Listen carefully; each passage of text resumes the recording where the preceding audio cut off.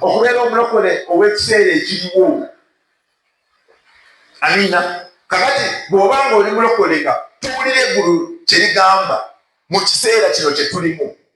For example, kampulonye ekyokulabirako puroguramu y'eggulu kati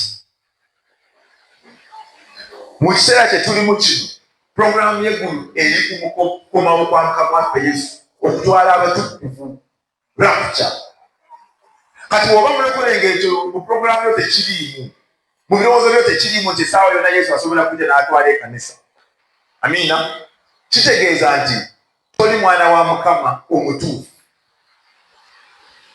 Wandiba mwana wa Mukama okusinziira ku Yokaana 1:11-12 nti abo bonna abamusenza oba abamusemberera yabawa obuyinza okufuuka abaana ba Mukama. Amiina.